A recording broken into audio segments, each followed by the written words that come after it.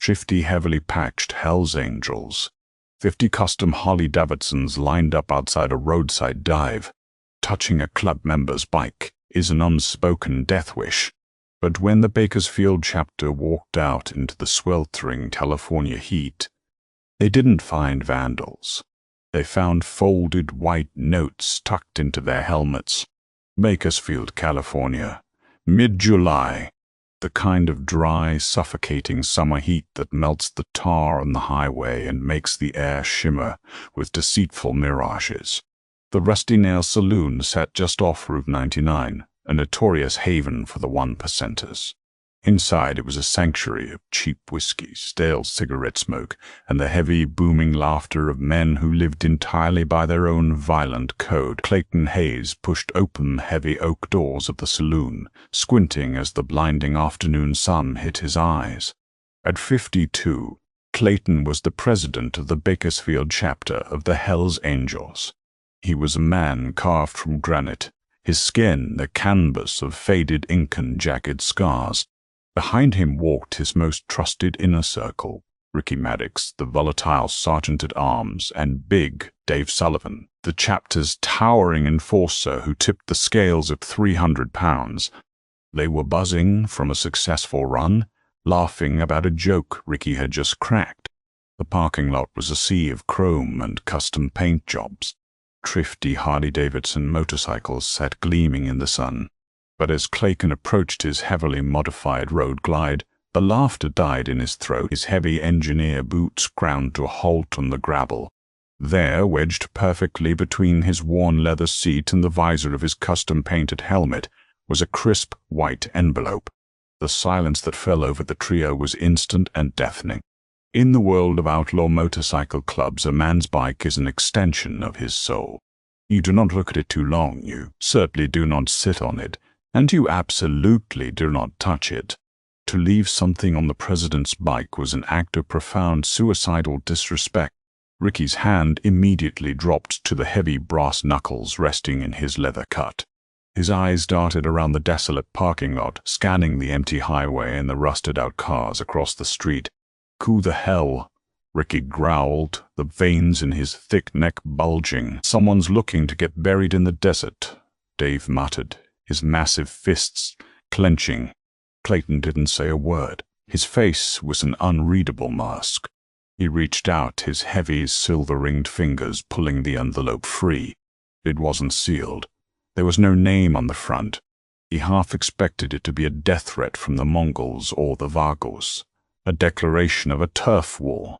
He pulled out the single sheet of lined paper. It was handwritten in neat, looping blue cursive. It looked like the handwriting of a school teacher.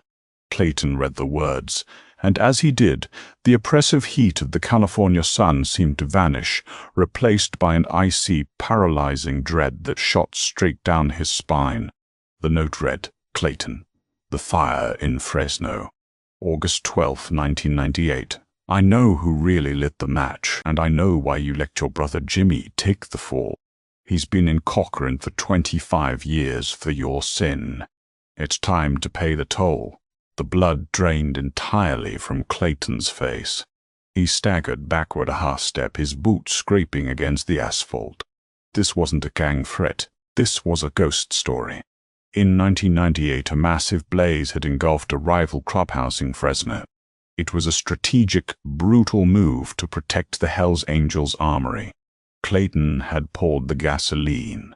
Clayton had struck the match, but when the ATF and local police closed in, his younger brother, Jimmy, a fresh prospect at the time, had stepped forward, confessed to the whole thing, and taken a 25-year sentence to protect Clayton and the club. It was the darkest, most agonizing secret of Clayton's life. Only 3 people on Earth knew the truth: Clayton, Jimmy, and the old chapter president who had died of liver failure a decade ago. "Boss?" Ricky asked, his voice losing its aggressive edge, replaced by genuine concern as he watched his president turn pale. "Clayton, what does it say? Is it the feds?" Before Clayton could answer, Dave let out a sharp, breathless gasp. Clayton snapped his head up. Dave was standing by his own bike, a customized panhead. He was staring down at a similar white envelope in his massive hands. "There's one on mine," Dave whispered, his voice trembling, a sound Clayton had never heard from the giant enforcer in 20 years of riding together. Ricky spun around and lunged toward his own bike. Tucked inside the leather tassels of his handlebars was a third envelope. Suddenly, the parking lot felt like a cage.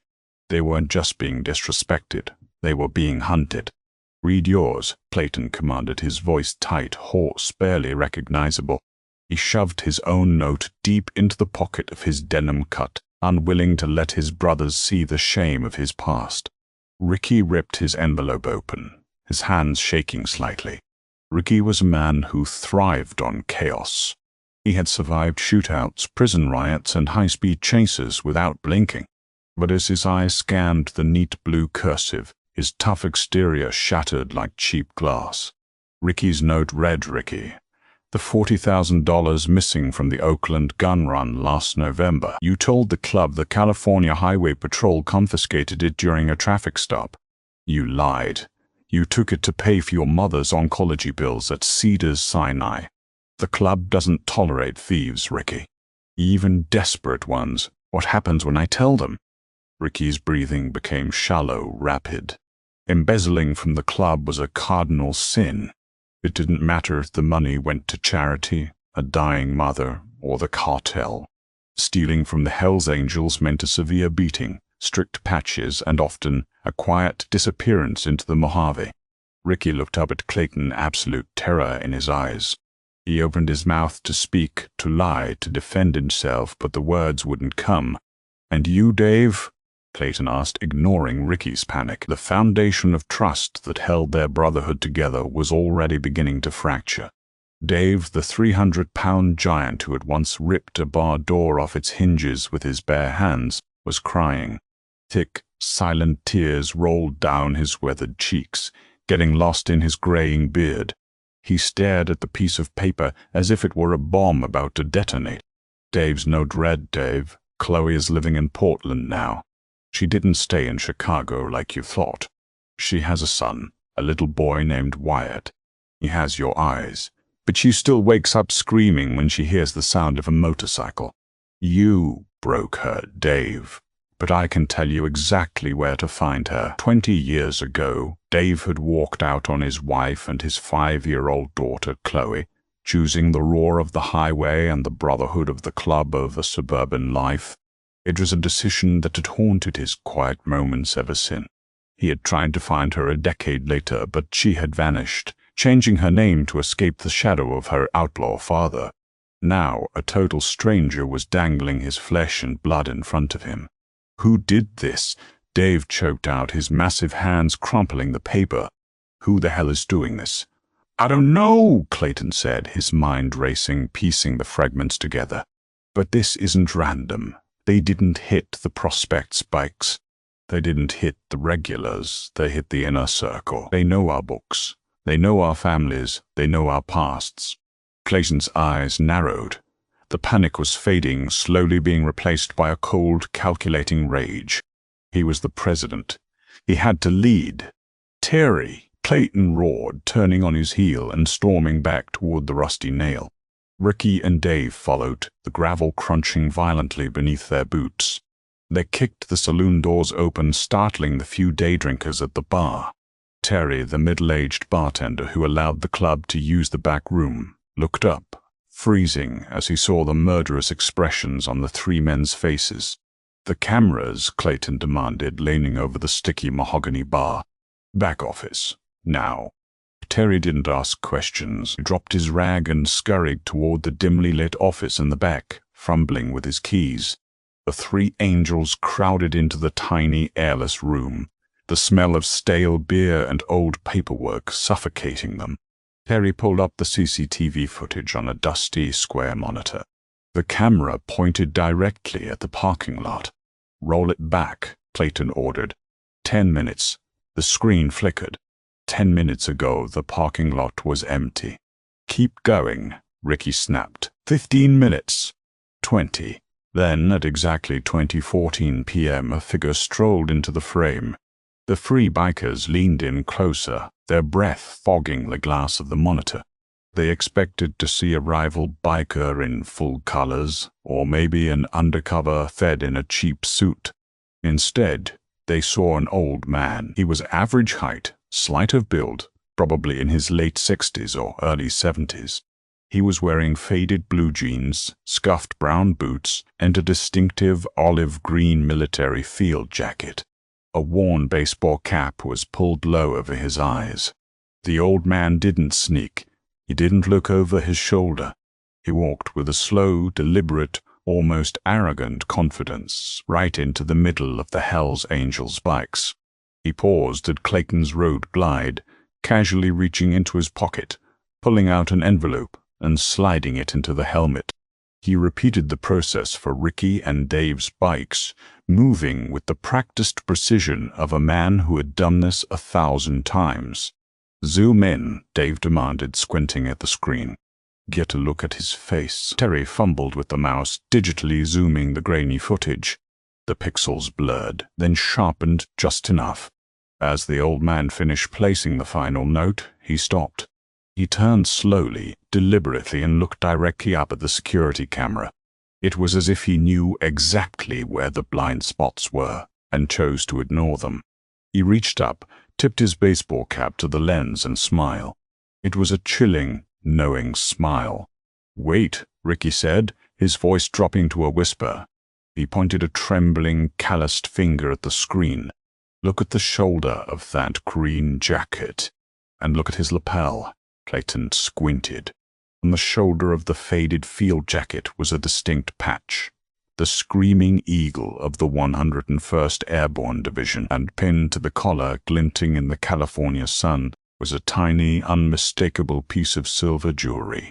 A custom-made lapel pin shaped like a broken motorcycle wheel. Clayton's breath hitched in his throat. The room started to spin. The oppressive heat of the back office suddenly felt like a walk-in freezer. He knew that jacket. He knew that broken wheel pin. He was the one who had custom-ordered it. "Boss," Ricky asked, noticing the absolute terror gripping Clayton. "Do you know him?" "That's impossible," Clayton whispered, stumbling back until he hit the cheap filing cabinet behind him. That can't be." "Who is it, Clayton?" Dave barked, his patience shattered. Clayton pointed a shaking finger at the smiling face on the frozen screen. "That's Arthur Pendleton," Clayton said, the words tasting like ash in his mouth. "The founder of the Reno chapter. But that's impossible, because I put a bullet in the back of his head and buried him in the Nevada desert 5 years ago." The silence in the cramped back office of the Rusty Nail was suffocating. The stale smell of spilled beer and cheap cigars was suddenly overpowered by the metallic tang of pure, unadulterated fear. Clayton Hayes, a man who had commanded respect through sheer intimidation for over 2 decades, looked like he had just been gutted. "Arthur Pendleton," Ricky whispered, the name hanging in the air like a curse. He stepped away from the monitor, staring at his president with a mixture of horror and sudden, violent suspicion. "You told the club Arthur went to Mexico. You said he took a buyout and retired to Baja." Clayton swallowed hard, his throat clicking in the quiet room. "He was selling our supply routes to the feds, Ricky. He was a rat. I did what I had to do to protect the charter. I took him out to the salt flats, put a .45 in the back of his skull, and buried him." "Clearly you didn't dig deep enough," Dave rumbled. The giant enforcer wasn't looking at the screen anymore. He was staring at his own trembling hands, his mind thousands of miles away in Portland, with a daughter he had abandoned and a grandson he had never met. "A dead man doesn't walk into our parking lot, Clayton. A dead man doesn't know about Chloe. And he sure as hell doesn't know about Ricky's mom." "It's a setup," Clayton growled, his survival instincts finally clawing their way through the panic. "Someone is wearing his jacket. Someone found his pin. It's a psychological game. Did you look at the face on that screen?" Ricky shouted, his voice cracking, slamming his heavy, silver-ringed fist onto the filing cabinet. "That is Arthur. Older, grayer, but it's him. And he knows about the 40 grand I took. If the national chapter finds out I stole cartel money to pay for chemotherapy, they won't just kill me, Clayton. They'll butcher my mother, too." Ricky's chest heaved. The unbreakable brotherhood of the Hells Angels was fracturing before Clayton's eyes. In the criminal underworld, trust is the only currency that matters, and in the span of 20 minutes Arthur Pendleton had bankrupted them all. Clayton reached into his denim cut and pulled out his own crumpled envelope. He smoothed the paper out on the desk with shaking fingers. He flipped the note over. There, written in the same neat, blue cursive, was a single line of text he hadn't noticed before. Midnight. The old airstrip at Black Rock. Come alone, or the secrets go to the national president at dawn. Black Rock, Clayton muttered. It was an abandoned World War II-era dirt runway just over the Nevada border. A desolate, god-forsaken stretch of desert where the club used to test illegal weapon modifications. "He wants us out there," Dave said, his voice terrifyingly flat. "He's calling us out. We go heavily armed," Ricky said, his eyes darting wildly. "We take the whole chapter. We surround the place." "No," Clayton interrupted, his voice finally regaining its authoritative gravel. "The note says, come alone. If we roll up with 50 patched members, he pushes a button, and our lives are over. I go to prison for the rest of my life. Ricky, you and your mother get hunted down by the cartel. And Dave, you'll never see your daughter." Dave closed his eyes, a pained grimace twisting his scarred face.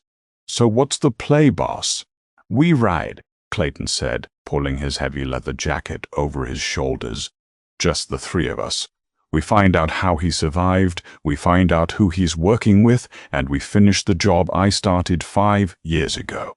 The ride from Bakersfield to the Nevada border was a grueling 4-hour journey into darkness. By the time the sun dipped below the jagged horizon, the sweltering heat of the day was entirely devoured by the freezing, biting cold of the Mojave Desert. Usually, riding in formation was a spiritual experience for the Angels, a roaring, unified symphony of chrome and horsepower. Tonight, it was a funeral procession. Clayton led the pack, his mind racing through the horrific arithmetic of the night. How did Arthur survive a point-blank gunshot? How did he compile this blackmail? The secrets were too disparate, too isolated. Ricky's theft was a desperate hidden act of a son trying to save his mother. Dave's daughter changing her name was buried under miles of red tape. And Jimmy taking the fall for the arson. That was a secret buried beneath 25 years of prison concrete. At exactly midnight, the 3 headlights cut through the pitch-black desert, illuminating the cracked, weed-choked asphalt of the Black Rock airstrip. There were no lights, no buildings. Well, just an endless sea of sagebrush and sand.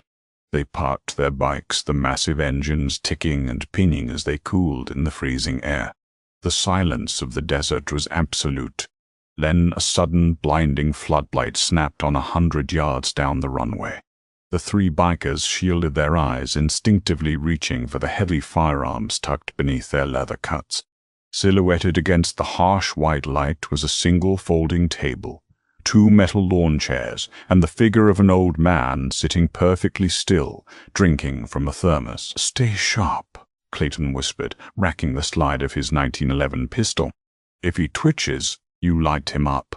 They walked down the runway, their boots crunching loudly against the gravel. As they approached the light, the silhouette resolved into sharp, undeniable reality. It was Arthur Pendleton. He was wearing the same green 101st Airborne jacket from the security footage. The broken wheel lapel pin glinted in the floodlight. But what stopped Clayton dead in his tracks was the horrifying, jagged scar that carved its way up the right side of Arthur's neck, disappearing behind his ear, the permanent, gruesome signature of a .45 caliber hollow point bullet. Arthur took a slow sip from the plastic cup of his thermos. He didn't look at the guns pointed at him. He looked directly into Clayton's eyes and smiled. "You always were a sloppy mechanic, Clayton," Arthur said. His voice was raspy, destroyed by nerve damage, sounding like gravel grinding against rusted iron. "You didn't check for a pulse. You just kicked dirt over my face and rode away to steal my charter. You're a dead man," Clayton growled, leveling the pistol directly at Arthur's chest. "I've been for 5 years," Arthur replied calmly. He reached out and tapped a thick manila envelope resting on the folding table. "But tonight I'm the Reaper. Put the guns away, boys. You kill me and an encrypted email sends everything in this envelope to the national president, the feds, and the Sonora cartel. You'll be hunted like dogs by tomorrow afternoon." Ricky's hands shook. He slowly lowered his weapon. Dave didn't even have his gun drawn. His eyes were glued to the manila envelope. "Sit down, Clayton," Arthur commanded. "We have club business to discuss." Clayton slowly lowered his 1911, though he didn't holster it. He stepped forward and sank into the metal lawn chair opposite Arthur. Up close, Arthur looked ancient, his face weathered into deep canyons by the brutal desert sun and years of solitary recovery. "What do you want, Arthur?" Clayton demanded, his voice dropping to a dangerous baritone. "Money, your old seat at the table. You want the Reno charter back." Arthur laughed, a dry, hacking sound that ended in a cough.